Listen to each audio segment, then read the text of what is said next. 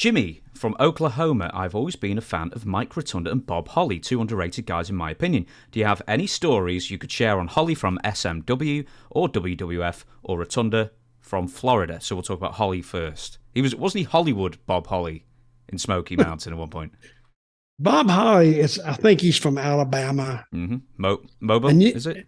Yeah, and you can tell he's from Alabama when you talk to him for like 10 seconds. You can tell, but he's from somewhere way down south. Good worker. And I remember when he first started, I forgot where they gave him an interview for 3 minutes. A 3-minute interview doesn't sound long, but it is long when the commentator is not giving you any help. So, and I think I still got it somewhere. He's doing this interview, and the announcer asks him a question, and then it's got like a 15-second answer, no more than 20. And then the guy was in front of the camera going, go on, go on. Then he starts talking again. To watch him pull out 3 minutes, he was struggling, falling all over himself, and he's wanting to punch the announcer for not helping him. I'm going to see if I can find this, and I'm going to give it to you. But not only Bob, anybody that doesn't have anything, and he didn't have anything to talk about, just said, well, what do you think about your chances here? And I think he was in Continental, or, they used to have a territory down in Mobile and Pensacola. And I think he was there. And I got to look that up.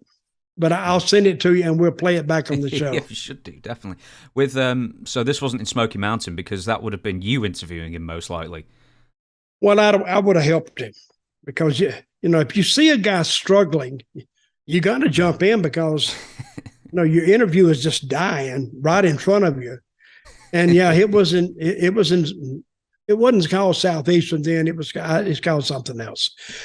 But I would have helped him if I was doing the interview. You wouldn't have figuratively put butane in his inhaler.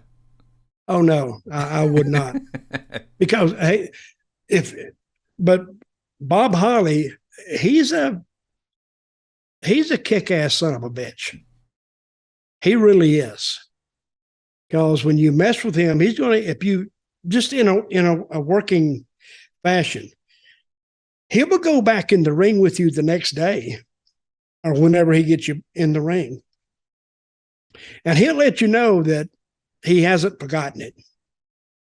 Because he's a tough guy. He really is. And if somebody messes with him, and I don't know if he'd had asthma and he went back in there, he may not have shot the bag. He may have shot Valentine. So I don't know. But I always like Bob, but he's a tough guy. He really is. Well, I was going to ask, actually, because obviously as fans and, news wrestling websites and everything, they just proliferated more in the early 2000s onwards, and we all knew that, like, Bob was a rough, tough, gruff kind of person and a bit of a Grinch. But did he have that reputation in Smoky, or even in the WWF in the mid-90s when you were there? Because he was, at least in the WWF, he was just an undercard guy, probably happy to have a job and not wanting to rock the boat. I don't know. Well, the reputation of what? Just being rough and tough? And yeah, happy to give you a receipt back. Yeah. Oh, yeah, he was like that. And if it got back to the dressing room, if you didn't like it, well, let's go. That's the way he was. Because he'd fight you.